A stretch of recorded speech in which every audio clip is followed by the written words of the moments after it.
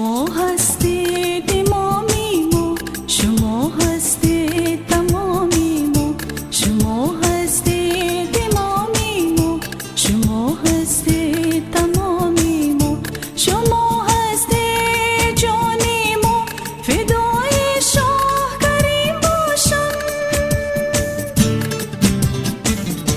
मेरे मौला मेरे आका तेरा मैं नाम लेता हूँ। मेरे मौला मेरे आका तेरा मैं नाम लेता हूँ। कोई मुश्किल पड़े मुझको तेरा दर थाम लेता हूँ। شما هستید امامی ما، شما هستید تمامی ما.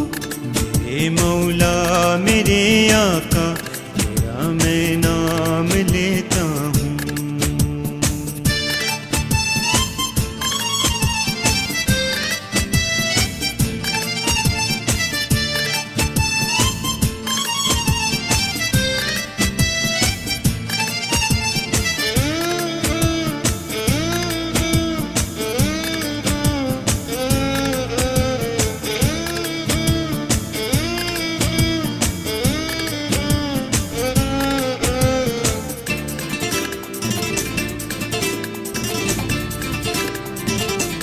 شما هستید دینی ما، بدل صاف و یقینی ما.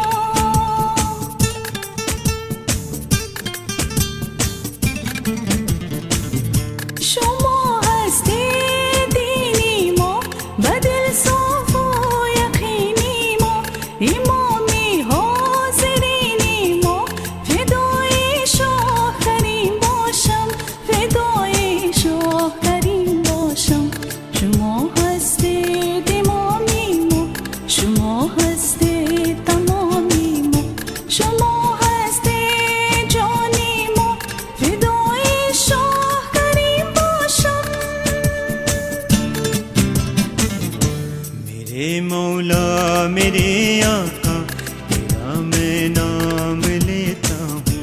मेरे मौला मेरे आका तेरा मैं नाम लेता हूँ।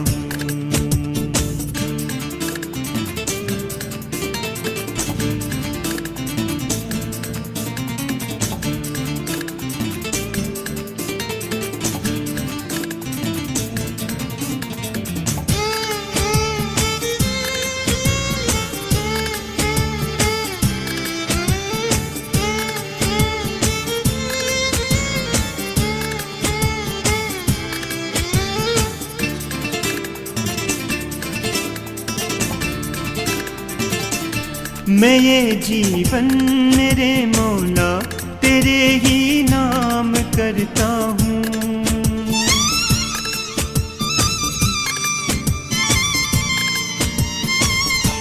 मैं ये जीवन मेरे मौला तेरे ही नाम करता हूँ। तुझी से सुबह करता हूँ, तुझी से शाम करता हूँ, तुझी से शाम करता हूँ। मेरे मौला मेरे आका तेरा मैं नाम लेता हूँ। कोई मुश्किल पड़े मुझको तेरा दर थाम लेता हूँ। شما هستید امامی ما، شما هستید تمامی ما، شما هستید امامی ما، شما هستید تمامی ما.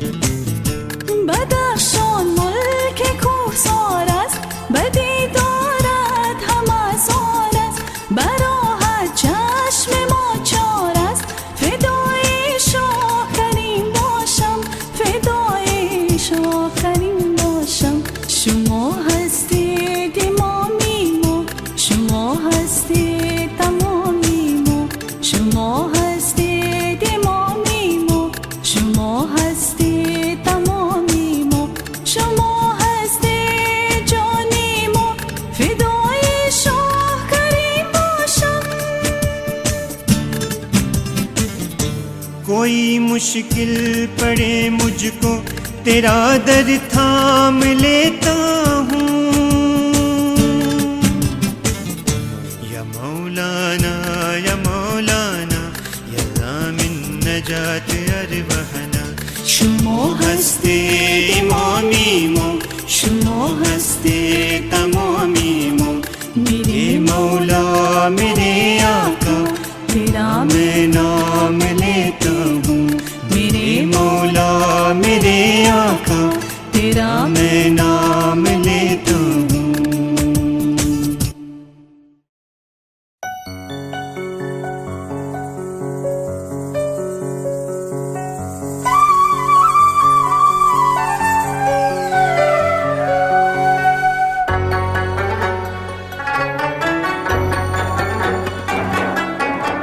پایان جشن الماسین رسید آهم زی جان خیزد نشد افغانستان دیدار از قلبم فغان خیزد نشد افغانستان دیدار از قلبم فغان خیزد.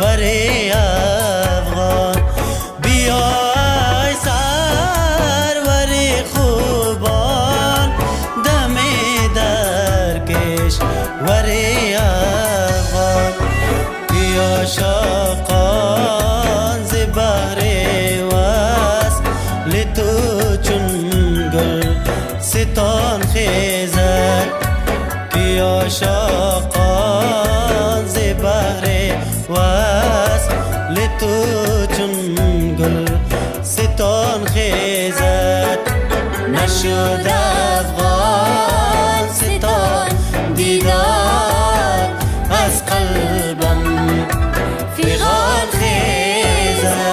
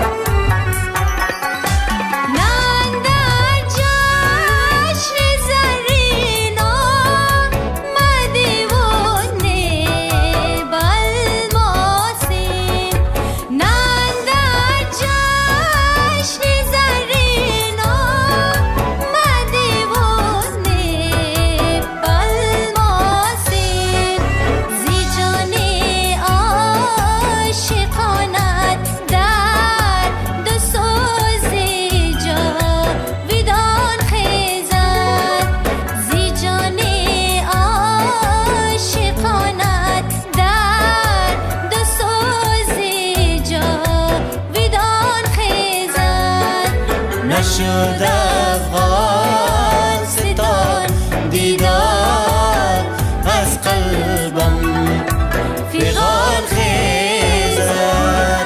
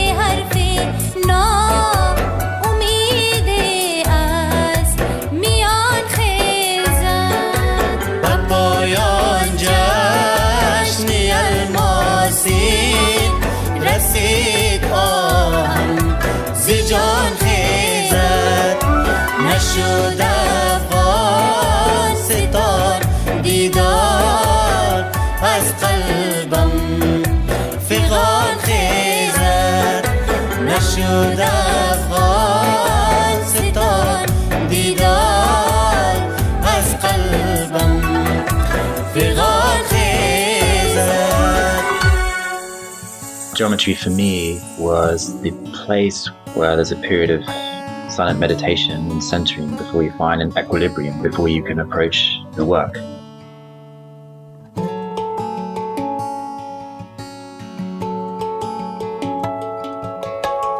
When I'm carving, the moment just prior to using the chisel, the brush, or the pencil is that moment of meditation that's required to create a perfect cut.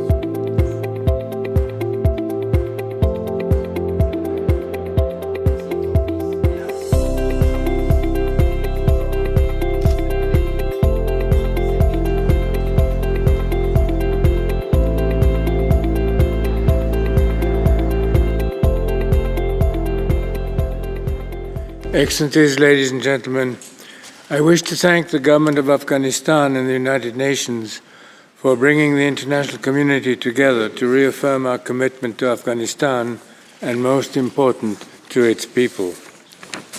2 years ago, many of us gathered in Brussels for a similar purpose, and there have been several such gatherings over the past some 17 years. Commitments have been made, challenges overcome, hopes raised, and sometimes dashed. It would seem at times that hope is difficult to sustain. The challenges of building security, alleviating poverty, addressing the impact of climate change, and the complexities of pursuing reconciliation are a few of the cross-cutting areas that dominate our thinking. I would suggest that we should be guided equally by acknowledging and supporting the resilience of the Afghan people.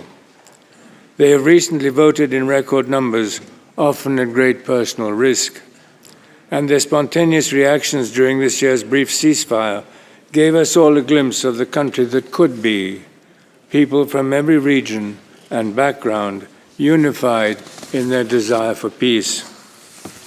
I have always maintained that my institutions would make a permanent commitment to the country.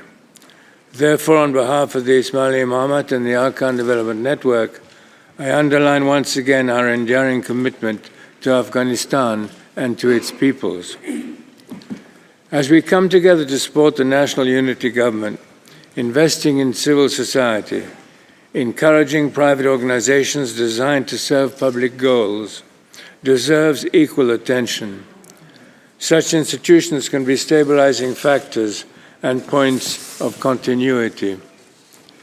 That is why AKDN supports the full spectrum of civil society, devoting special attention to health, education, culture, community governance, and public-private partnerships to deliver other services.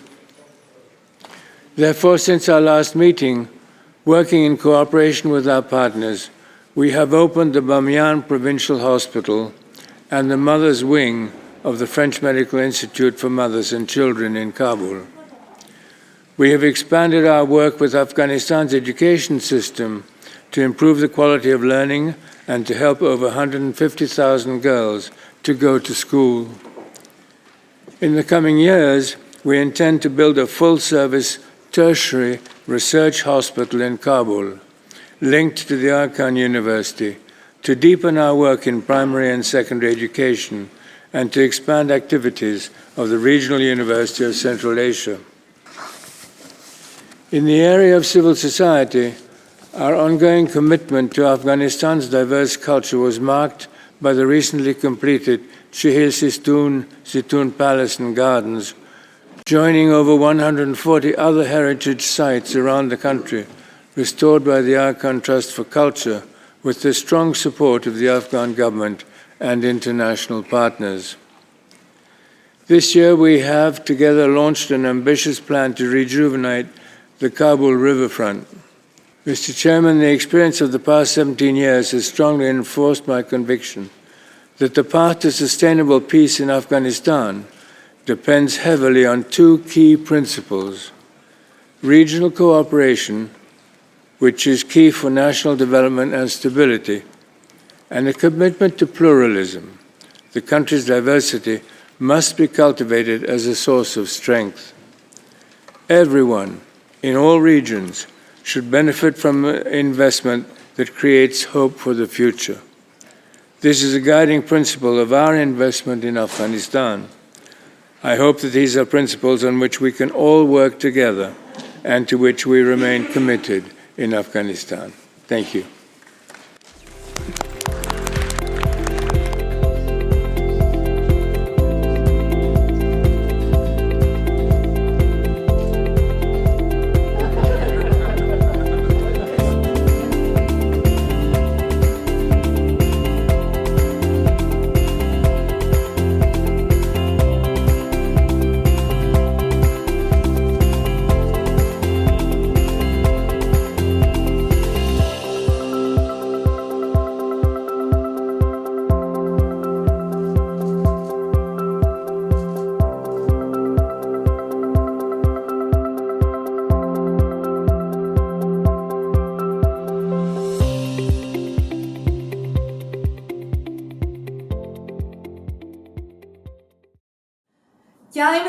Welcome, bienvenue, khosh amaded. A very warm welcome to tonight's Friday Night Reflections to our Jamaat and multi-faith family members. My name is Kutsi Sadat, coming from Montreal, and I'm honored to be your host for tonight's segment. I hope you've all had a wonderful week. Over these past few weeks, we've been able to see the reopening of Jamaat Khanas across the country, and there have been several of you who've been able to attend their own Jamaat Khanas after 5 months. So it's a significant and emotional time for us all. So Mubaraki to all of you, and we'd like to congratulate the Jamaat and the volunteers.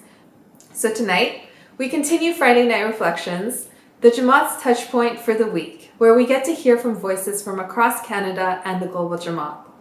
The focus for tonight's segment is on Afghanistan, where we'll be exploring how the pandemic is impacting the region, as well as learning more about the long-standing works of the AKDN in the area. Of course, in Canada, we have a significant Jamaat that have roots in Afghanistan. And so it's particularly special to be able to learn more about the rich culture and to be able to hear from voices from there. On that note, I hope you enjoyed the opening segment of Maulana Hazar Imam, who spoke at the Ministerial Conference on Afghanistan in 2018 in Geneva. Looking at the program for tonight, we will start with remarks from President Amir Ali Qasim Laka. We will then pause for a brief segment of a special event for the Canadian and global Jamaat, the installation of Salma Lakhani as the Lieutenant Governor of Alberta. We will then have the privilege of hearing from Ambassador Shahrazad Hirji, coming all the way from Kabul, and then we'll view an excerpt from the Aga Khan Trust for Culture documentary entitled Restoring Dignity on the work of the Aga Khan Trust for Culture in Kabul. We will then top off the night with some amazing musical expressions. So, on that note, get comfortable, grab a snack, and join me.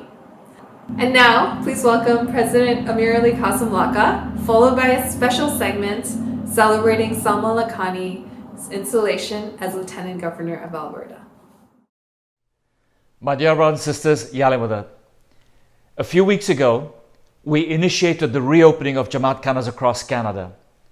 I'm happy to report that as of today, 90% of our Jamaat Khanas are open. We offer Shukrana for the great blessing of Jamaat Khana, which we dearly missed for several months. I want to thank the Jamaat for your support in adjusting to the new guidelines and setup. The Jamaat has been very understanding. This spirit is required to sustain our new norm for however long it takes. I want to pay a special tribute to our volunteers who have been diligent in preparing and maintaining our Jamaat Khanas, with Jamaat safety as their key priority. Our volunteers have established an exceptional standard of care, and we extend to you our deep appreciation for your remarkable services. For those Jamaati members who are willing and able to volunteer, but have not had an opportunity, we welcome and encourage you to sign up. Your contribution, especially in this period, is of deep significance. Please consider volunteering if you're able and in good health. In reopening, we committed to continuous improvement of our processes. One of the commitments we made was to fair allocation of Jamaat Khana spaces. Previously, when Jamaati members declined spots, these would become available to other members who search for availability. This meant some Jamaati members could attend multiple times despite others not yet being allocated. Now the system has been adjusted so that declined spots are first offered to Jamaati members who have not had a recent opportunity. This should help ensure everyone can attend. For those who have been offered a space, we encourage you to accept or decline the offer as soon as possible after receiving the email. This will ensure that we do not have unused capacity in Jamaat Khana at a time when other members are eagerly waiting to attend. As we reopen, I would like to inform you that if there is a spike in infection rates in a given community, we may, as a precautionary step, decide to curtail capacity or temporarily close a Jamaat Khana for a few days until circumstances improve. The Jamaat should be aware that this may be required to ensure health and safety. My brothers and sisters, many of you know that the Jamaati Services Fund, JSF, was established 20 years ago to consolidate our initiatives to support the Jamaat. JSF supports a wide range of activities including crisis support, family mentoring, skills enhancement, and tutorial support. We paused the annual JSF drive at the start of the pandemic. We are now resuming the campaign to ensure we can continue to support Jamaati activities. Through the pandemic, JSF has supported our digital programming, the Jamaati Access Line, and Jamaat Khana reopenings to keep our Jamaat connected and safe. Thank you for your continued support and your generous contributions, which we pray be returned to you many times over. This week, Ms. Salma Lakhani was installed as the Lieutenant Governor of Alberta in a formal ceremony in Edmonton, the first Muslim to hold this post in Canada. This is a magnificent achievement for Ms. Lakhani and a historic milestone for our Jamaat. It is in keeping with Maulana Hazimam's vision that the Canadian Jamaat should make significant contributions economically to civil society and public offices in this country. On behalf of the Jamaat, we wish Ms. Lakhani our prayers for success, fulfillment, and inspiration in her new post. Let me turn to tonight's program. We are fortunate to be joined by Scheherazade Hirji from Kabul. Ms. Hirji was appointed as diplomatic representative of the AKDN in Afghanistan last year. Afghanistan occupies a special place in the history of the Ismaili community, in the hearts of the Canadian Jamaat, and in the work of Maulana Hazimam. Many members of the Canadian Jamaat have called Afghanistan home. Much of the intellectual, cultural, and artistic heritage that we highlight and draw on has its roots in Central Asia. Tonight brings an opportunity to learn about the work of the AKDN and Imamate institutions in Afghanistan. It will provide a sense of the vast scope of activity that the AKDN is engaged in within the country, including in addressing the challenges posed by the pandemic. In closing, I would like to inform you that as we reopen Jamaat Khanas, the summer comes to a close and students go back to school. You will see in the weeks ahead some modifications in our digital programming, and in particular with Friday Night Reflections.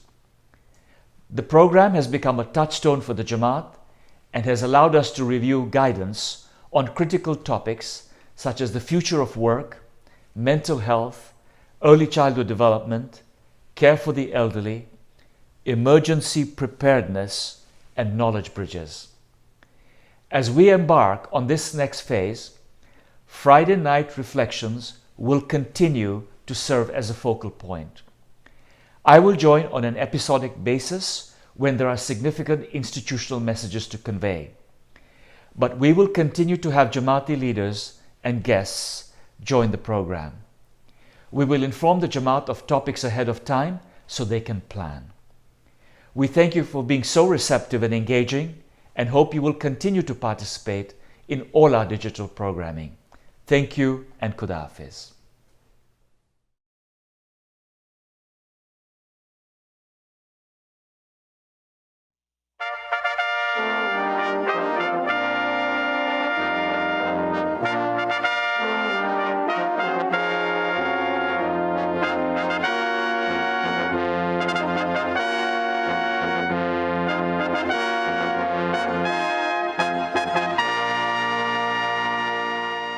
And on the Quran.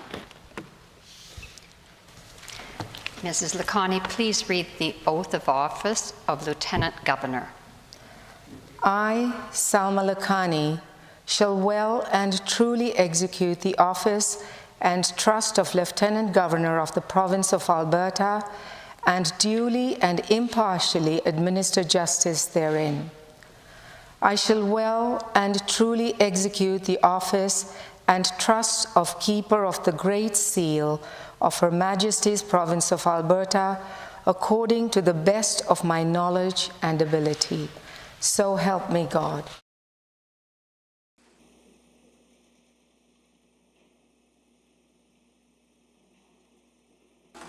And congratulations on your historic appointment as the first person of Muslim heritage to be appointed to this office in Canada.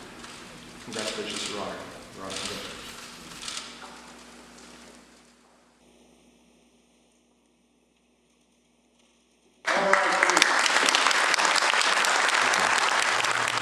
And it is the same principle recognized by Your Honor's own Ismaili community in the institution of the imamate and in the person of His Highness Prince Karim the Aga Khan. So by installing Her Honor as the representative of Her Majesty the Queen, we are expressing our abiding trust in the institutions and traditions that have sustained and nurtured our way of life for so long. And we are honoring the wisdom of generations past. One of the reasons that those institutions remain strong and vital is because of our pluralism.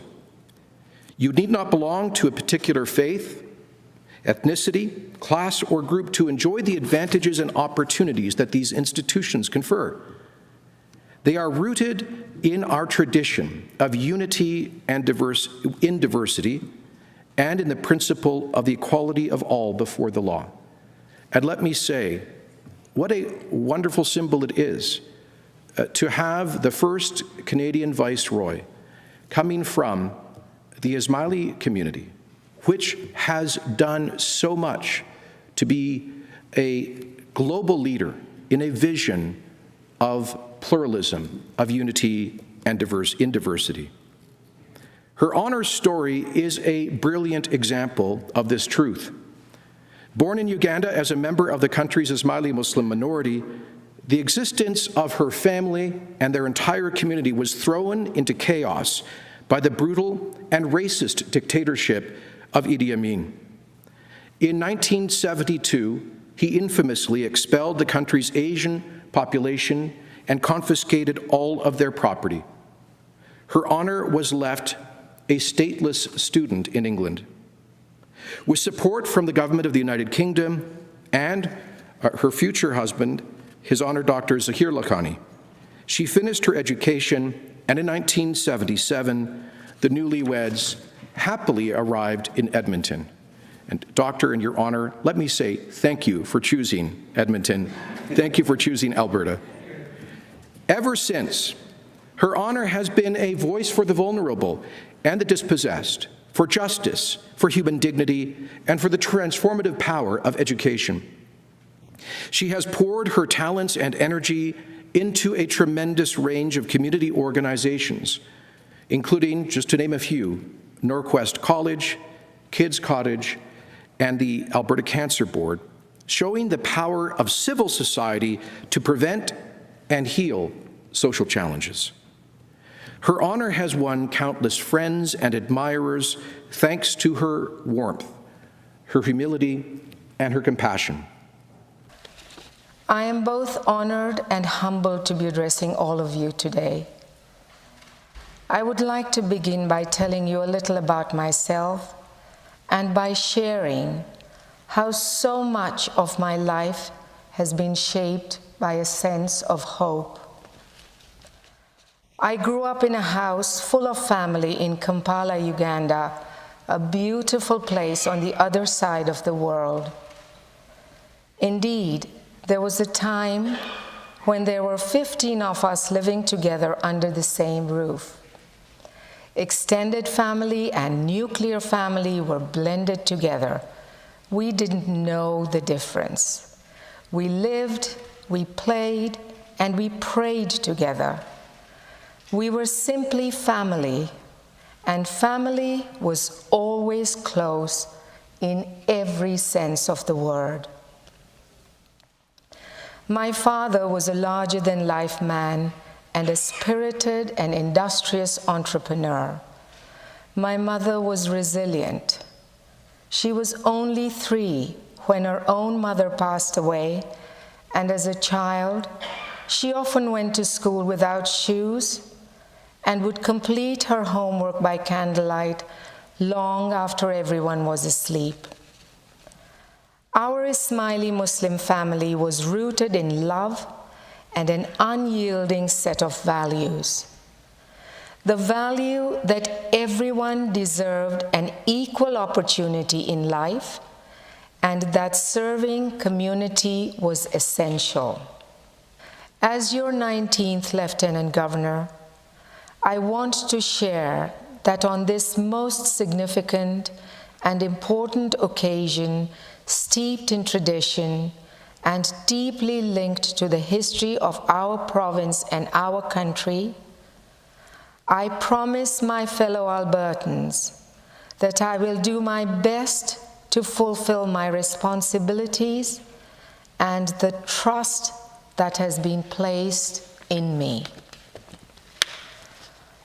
I have spent many days reflecting on the immense significance and incredible privilege of being appointed as Her Majesty's representative in this great province, almost 50 years after the British government graciously allowed us to complete an education that brought us here to this remarkable country and extraordinary province, which opened its arms and became a home to a young couple who arrived in the middle of the night from a world away, unsure of what the future would bring.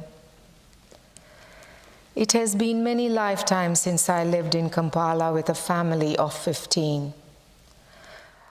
But what I learned then and what I will carry with me every day is the enduring belief that we are all part of a bigger story, that we are all bound together in our successes and our setbacks, our trials and our triumphs, and that the measure of any society rests in its commitment to lifting up even its most vulnerable in recognition of our shared responsibility to one another and this place we call home.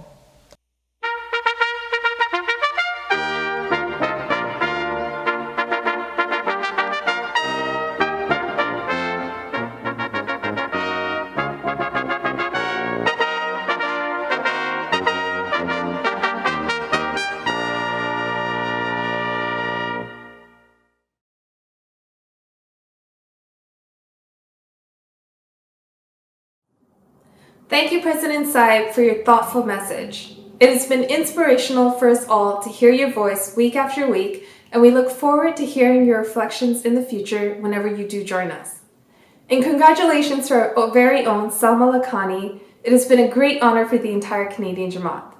We now have the privilege to have with us Ambassador Shahrazad Hirji, who hails from Toronto and was appointed as the diplomatic representative of the AKDN in Afghanistan last year.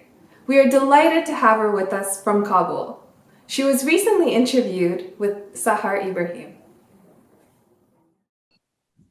Khush Ahmadid, welcome, Ya Ali Madad, Ambassador Hirji. Thank you for joining us this evening for our segment of Friday Night Reflections.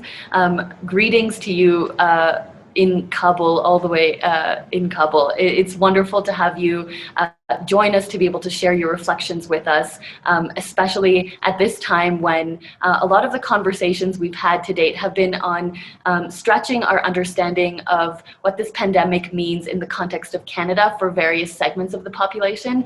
I think it's really interesting that today we get an opportunity to expand that beyond just Canadian borders and think about what this means in other parts of the world.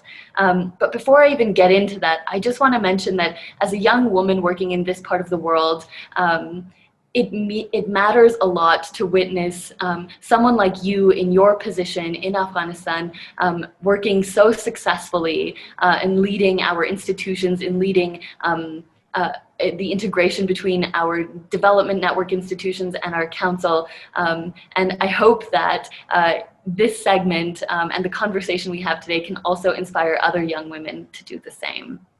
So thank you and a warm welcome. Thank you so much, Sahar, for this and for this opportunity. And, I agree with you. When I was younger, always looked up for role models and always connected more with women, female role models. So that sense of being inspired and continue to give back in some way is very, very special. So thank you. Wonderful. So your role is that of a diplomatic representative. And honestly, before I actually came and started working here, I had no idea that AKDN had diplomatic representatives and what they did. So could you maybe start by telling us a little bit about what your role is? What does it mean to be the diplomatic representative for AKDN in Afghanistan? In 2002, the Ismaili Imamate signed an accord of cooperation with the government of Afghanistan, and that provided an enabling framework for the AKDN to work in Afghanistan. It meant that our agencies could be here to support the development work and the development efforts that were going on.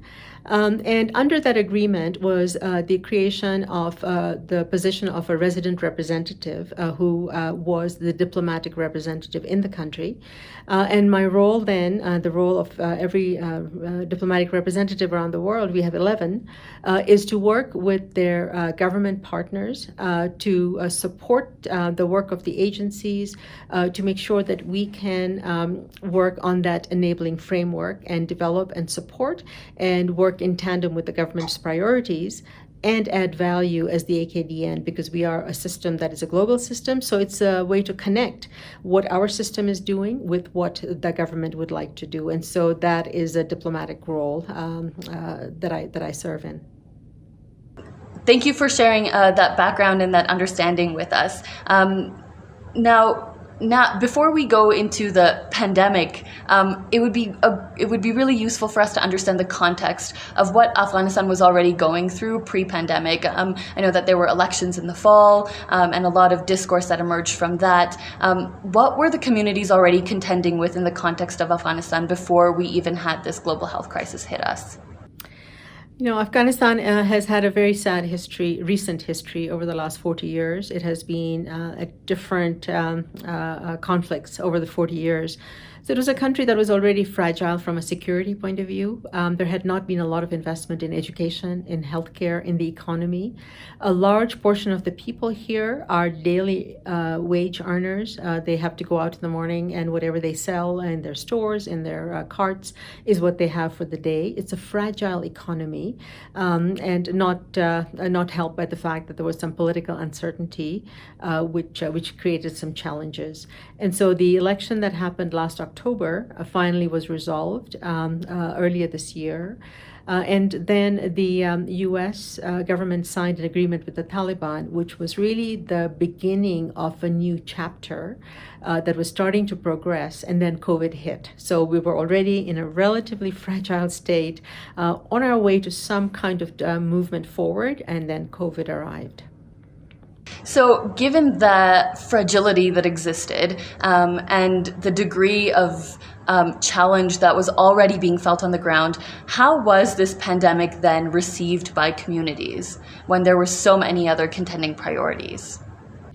I do have to give credit to the government of Afghanistan. They responded very quickly, very early, in terms of looking at best practices and acknowledging that this was going to be a difficult time in Afghanistan. And so there was very early communications. There were lockdowns towards the end of March, and the AKDN was very much part of that. We were observing, we were watching what was coming. We were following the government's guidelines, but we were also watching the AKDN, which was issuing a set of advisories on what was going on, or what was going to happen. And we were looking at the World Health Organization advisories also, and then looking at our population, some in very, very remote villages where we serve the population, and looking at what was it that we needed to do to respond as AKDN to this pandemic, given that we have a very large footprint in this country, given that we have 11 agencies that are doing both for-profit work, so under the Aga Khan Fund for Economic Development, and then a variety of agencies that are doing not-for-profit work, the development side of our business here. And so can we go a little bit deeper into that in terms of how did our communities on the ground there, both in terms of the Jamaat and other communities in Afghanistan, actually feel this? What were the tangible sort of impacts to people there? So at multiple levels, for the Jamaat, for example, we did what Jamaats around the world did. We closed down Jamaat Khanas, and it was painful for everybody. And of course, that sense of community was lost at the Jamaati level. Because of the lockdown, people could not earn a living. It became very difficult to stay in lockdown mode if you couldn't afford to have food. The government did have some food support, income support programs. We also then responded through humanitarian work and other work, development work, to be able to provide support. And schools closed down, so you can imagine, as happened in the rest of the world, the kids lost their learning. In fact, probably a whole year of learning has been lost here. The healthcare system that we knew was already fragile started to get overwhelmed very quickly when the pandemic hit early on. And so people had to find very quick ways to respond. Our other reality here is that one of the first messages around keeping yourself safe, the first pillar of the AKDN response in terms of stopping the transmission, requires washing hands. There are people in this country who do not have access to water. A basic water access is not available, nor is soap. And so you have to respond in ways that are appropriate in the communities where you work. And so we had to be very thoughtful about those who had access, those who had internet. Many don't. Many of the remote areas don't have cell phones, they don't have internet access, and so they rely on word of mouth.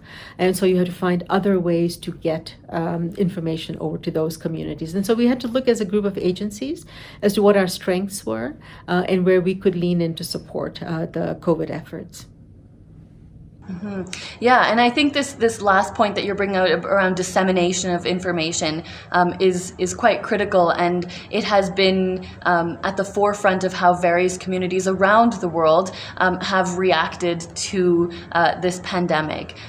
We've also seen a lot of misinformation. So as a network, as a set of institutions, how do you weave through all this information that is being thrown at the population, that is being thrown at our agencies, and how do you sort through what is fact, what isn't, and what can then be disseminated further to our communities to enable them to be responsive to this crisis?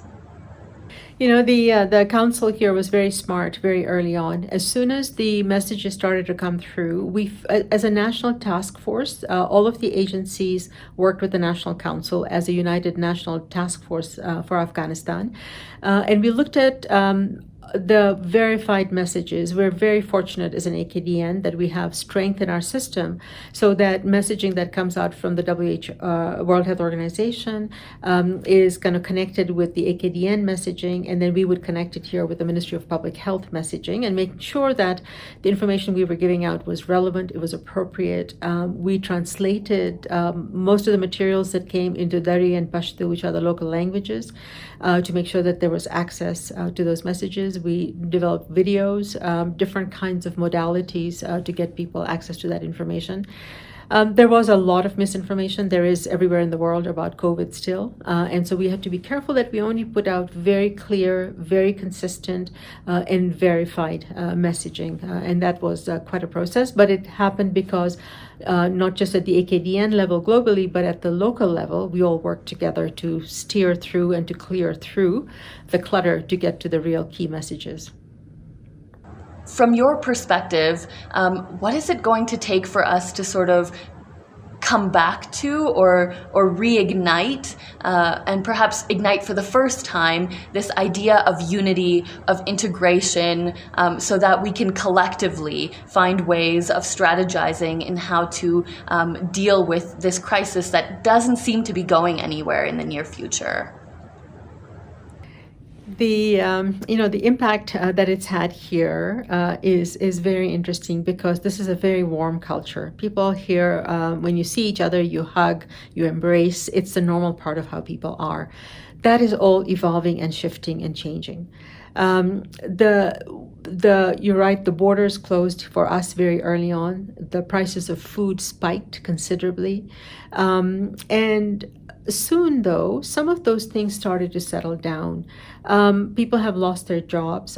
We know that the unemployment rate is high. I mean, there are some fairly significant challenges that we are going to continue to have. And on top of that, we've lost essentially a year of school, an academic year. But I think there's also, at least in the Afghan population that I know, an incredibly entrepreneurial spirit. There's a real sense of resiliency. I mean, the Afghan population, as I said, have gone through war for 40 years. People are talking about peace coming very soon to this country. We are hopeful, we're praying for peace. And the government has been talking about how do we move from a war economy to a peace economy. There are tremendous human resources. There is tremendous capacity in this country. We have a very youthful population. More than, I think it's 70% of the people here are under 25 years of age. They're well educated for not the whole part, but a large part, certainly compared to many years ago. So you've got a young population that is ready and to take leadership and to be part of the regrowth of whatever this new normal is going to be. And I think that's what's going to really help Afghanistan move forward is a set of young people who will be working to look at what the new normal is. It has accelerated things like use of technology in ways that we would never have seen before. We see incredible advances in the use of technology for video conferencing, etc. So I think we'll see those small movements. As AKDN, in the middle of this pandemic, we actually opened a new agency in Afghanistan called Badakhshan Energy. For those of you who know Badakhshan, it has some very remote areas, and currently a very small part of that province has energy. So over a 30-year period, with the public-private partnership with the government and other partners, we have made a commitment to electrify the entire province of Badakhshan. You know, energy is what powers, excuse the pun, but it powers development in a tremendous way. And so in the middle of this pandemic, we've opened a new agency that is going to increase the access of electricity in one province. That is the kind of thing that we are contributing to, but that is the kind of innovation that is going on in Afghanistan that I think will be what will help us come out of this norm differently, I think. Ambassador Hirji, earlier on in our conversation, we talked about the context that existed pre-pandemic and the challenges that Afghanistan was already facing before this health crisis hit. And of course, those challenges haven't gone away. Can you perhaps speak a little bit to the most significant challenges in addition to this health crisis, or that have perhaps compounded this health crisis? And then, so what have been those significant challenges? And then what have been the significant successes that our agencies on the ground have also seen with regards to this? So in terms of the challenges, we've talked about the security issues, we've talked about political uncertainty, we've talked about a very weak economy that is primarily supported by international aid and international financing. And we've talked about a very fragile healthcare system, education system. So all of those are areas actually that our agencies have been working on. We have our economic agencies here. So the First Microfinance Bank, for example, has a loans portfolio, very small loans, but making sure that 25% of its portfolio is for women, and so women who need that little help to develop their small businesses. They had to scale back their hours, they had to work differently, but worked and continued to work all the way through the pandemic. Roshan, continued to do what it needed to do. In fact, the demand on technology, internet, and cell was tremendous through the pandemic, and so Roshan very much was part of the response here as well. We have also the Aga Khan Trust for Culture here. It has been a very active agency in Afghanistan. It has restored over 140 projects over the last 20 years. The most recent ones and the largest ones actually have also been in Kabul. We have parks, we have gardens where, as you can go for a walk at the Aga Khan Garden or Museum in Toronto, or the Aga Khan Park in Toronto, or the Aga Khan Gardens in Edmonton, you can go for a walk at Bagh Babur or at Chilsitun Gardens. So the agencies try to do as much as they can to support some sense of normal operations so that Afghans here, the population here, could enjoy a little bit of life outside of lockdown or outside of COVID, and so try to create a little bit of that sense of normalcy, even though we were in a state of pandemic. Ambassador Hirji, we have a large segment of our Canadian Jamaats tuning in online this evening, many of which are actually from Afghanistan and have their roots there and are watching their family members also contend with these challenges. But there's also a significant amount of eagerness in our Jamaat to support members of our Jamaat in other parts of the world. What would be a key message or a key question or a key reflection that you would like to leave, particularly members of the Jamaat who are motivated to get involved somehow? I would say, particularly to members of the Afghan Jamaat who really more than anybody else know the circumstances in this country, the challenges in this country, the opportunities in this country. I think it is really that segment of our Jamaat that has the huge capacity now, I think, in Canada, having been there for a long period of time, to reflect on how they might contribute to building back, to rebuilding back, especially because COVID has had this negative, almost a sense of taking us back, a little bit in our development. And particularly at this time where we are now at the cusp of peace negotiations starting between the Afghan government and the Taliban, the chances are that there will be peace in this country sooner than later. I think that's what we're all praying for. I think when that time comes, this country is at a point of inflection of moving from the challenges of the past to the tremendous opportunities of the future. And I have seen many Afghans, non-Afghans, Canadians here over the last few months that I've been here. And previously, I know many have come back to provide, whether it's a time-limited TKN support on a specific area of expertise, or it's a longer tenure of employment, of working. I think the way the world is evolving, I think Afghanistan needs that extra help to be part of the upward lift of where we can go. We are in difficult times, not just as Afghanistan, but as the world. But we have to imagine getting out of it. And I have to say, it's actually in some ways easier to make a difference in Afghanistan than it is in other parts of the world, just because the expectations tend to be very small. If you do a little bit here, it goes a tremendously long way. And so I think the Jamaat in Canada has this huge opportunity. And I hope that we see more and more of that being actualized. The Jamaat has been here supporting for many years from Canada, and I know they will continue to support for a much longer period of time as well. Ambassador Hirji, you came into this role just under a year ago and have been met with an incredibly dynamic portfolio. How has coming into this role, into these experiences, witnessing everything that you have to date, how has this sort of shifted your outlook on the work you're doing, your connection to that work? Well, first and foremost, I have to be thankful to my predecessors. There were two ambassadors here before me, both Canadian, and both, I think, were part of setting the stage for what the AKDN has become. The ambassadors previously here, but also the staff. I have been so impressed by my colleagues here, the heads of all of the agencies we have here, the staff that work for our agencies in Afghanistan. There's no shortage of talent in this country, I've realized. There is no shortage of resources in this country. There is only shortage of opportunity. And it has been an environment that is not easy to operate, not just for me personally, but for anybody who lives in Afghanistan.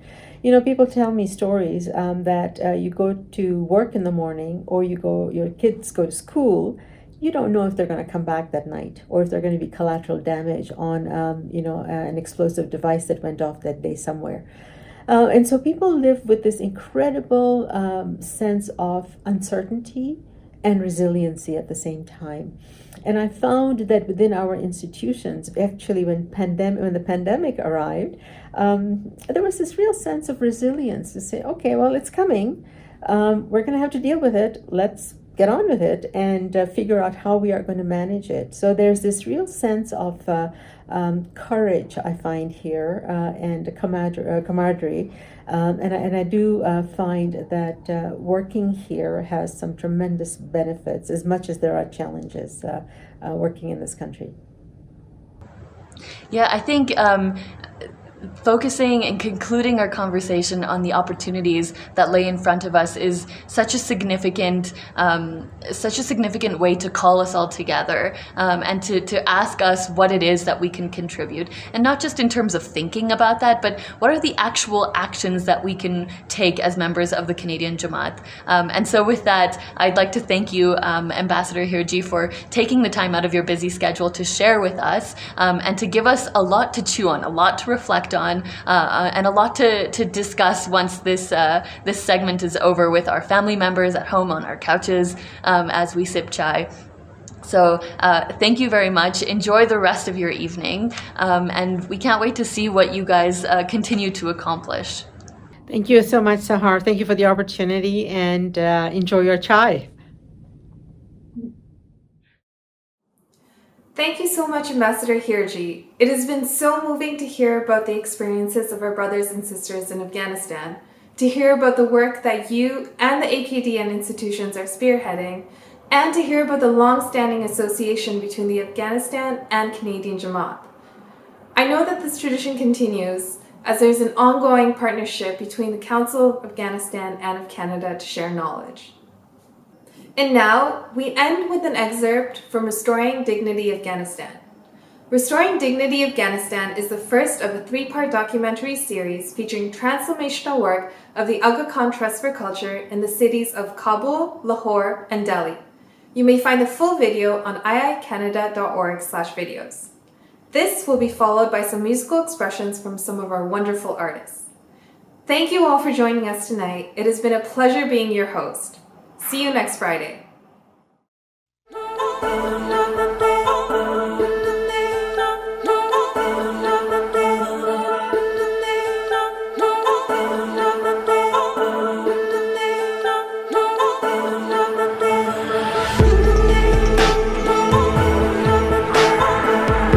Humankind has created extraordinary works.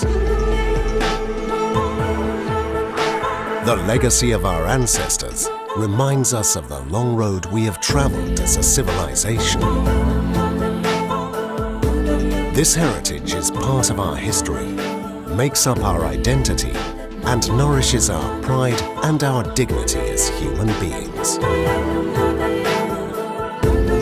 Dignity emerges when we improve people's lives, when we boost healthcare and education programs, when supporting individual and social projects, when favoring women's empowerment, when bringing electricity and water to homes, when rehabilitating cultural heritage or creating green parks in polluted urban areas.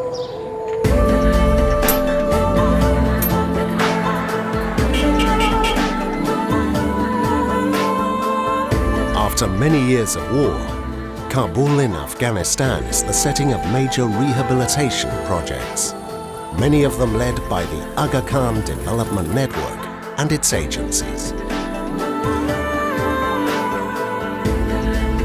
Its humanitarian work, restoration projects and social initiatives, carried out in over 240 cities and towns, has impacted more than 3 million people.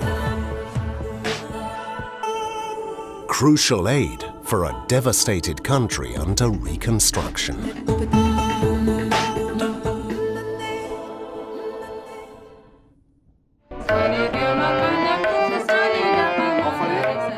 Young people are interested in reviving the artistic expressions that were prohibited.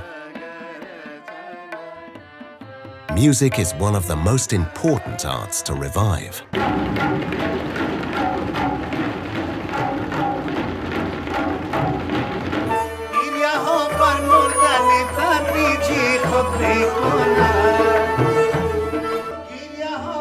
Music in Afghanistan in the mid-19th century was a renowned art form, and musicians prospered everywhere, performing a wide variety of repertoires, styles and genres at weddings, tea houses, and later beginning in the 20th century on the radio.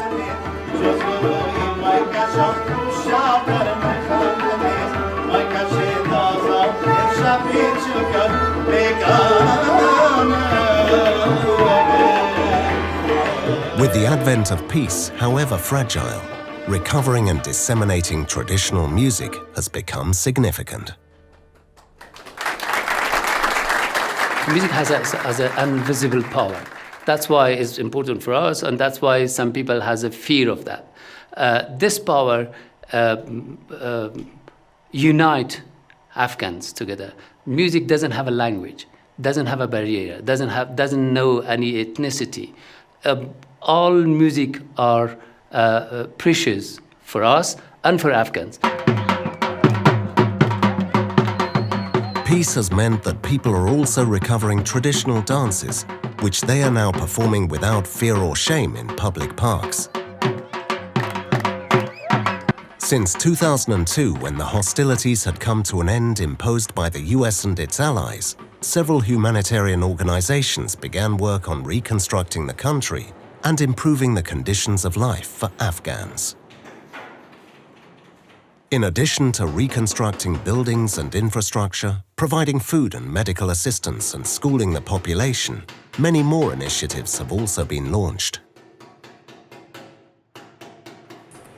One of the most experienced development organizations is the Aga Khan Development Network, which together with Afghan institutions and foreign governments has committed over $1 billion in development assistance to the country, helping people of all ages to learn a skill, support themselves financially, and escape from marginalization and violence. There is no better way to restore dignity and lay the foundations for social peace than helping people to find a job and earn a salary. These students enrolled in carpet weaving courses will easily find a job after completion.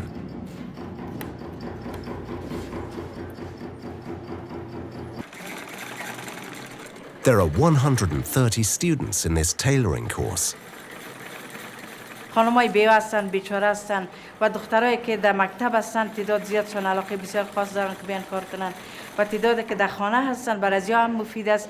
ما شاگردای داشتیم که در اینجا کار میکردن، مادرشون در نانوایی کار میکردن، یک جا بسیار از او کار دخترها رنج میبرد که مادر ما این کار میکنن، خودشون خیاطی یاد گرفتن. حال شکر فعلا شاگردای داریم که ما استاد هستن، خودشون کار میکنن در خانه، یک عاید از این نگاه به دست میارن، برای فامیل خود کمک میکنن.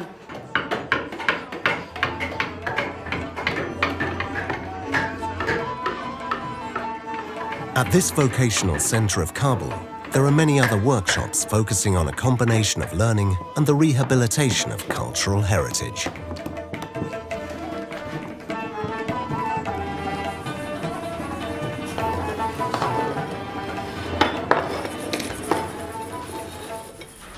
Another example can be found in the rehabilitation project Machine Khana, the first military-industrial complex built in the country to manufacture its own weaponry at the end of the 19th century. For 100 years it produced guns, rifles, ammunition and military dress, as well as manufacturing currency. From 1990 to 1996, from the withdrawal of the Soviets to the Taliban regime, the city was heavily damaged. And the battlefront among rival factions was located in this area that lies between these two hills. Most of the buildings in the military complex were destroyed, and the few that remained standing ultimately served as armament warehouses and parking for military vehicles. The rehabilitation project of all the Machine Khana buildings aims to convert this former industrial complex into a large cultural leisure center for public use, helping to serve the growing commercial demand of this area in the city. 40 years of war, not only do we have the modern built environment destroyed, but also part of our history erased as well. And this is part of our history that is not connected with the public because we have walls all around it. Let's bring down the walls, let's restore it. And let's give to the public a sense of what can be done, what has been done, and what can be made out of it. Basically, this is part of our heritage. True, it's been over 120 years. It's not ancient history, but it is history nevertheless. It gives hope to the potential of Afghanistan. Dynamism drives economic growth wherever it can be found. The historic gardens of Babur are visited by scores of people every day. Babur was the founder and first emperor of the Mughal dynasty. He was a distant descendant of Tamerlane on his father's side, and perhaps also of Genghis Khan through his mother.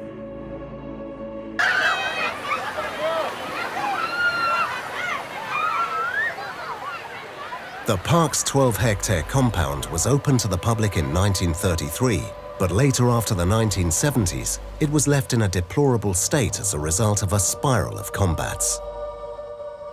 Babur Garden suffered a lot during the civil war, specifically in the 1990s to 1994s, where Kabul city as a capital of Afghanistan was divided between fractions and they fight each other, and the garden suffered a lot. With the arrival of peace, the rehabilitation of the gardens of Babur has become one of the star projects aimed at recovering the city's symbols of identity.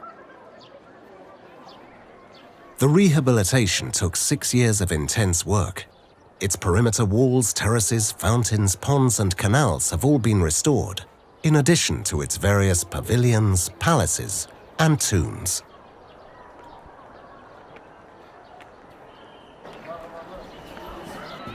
Thousands of citizens choose these parks as their main place of recreation.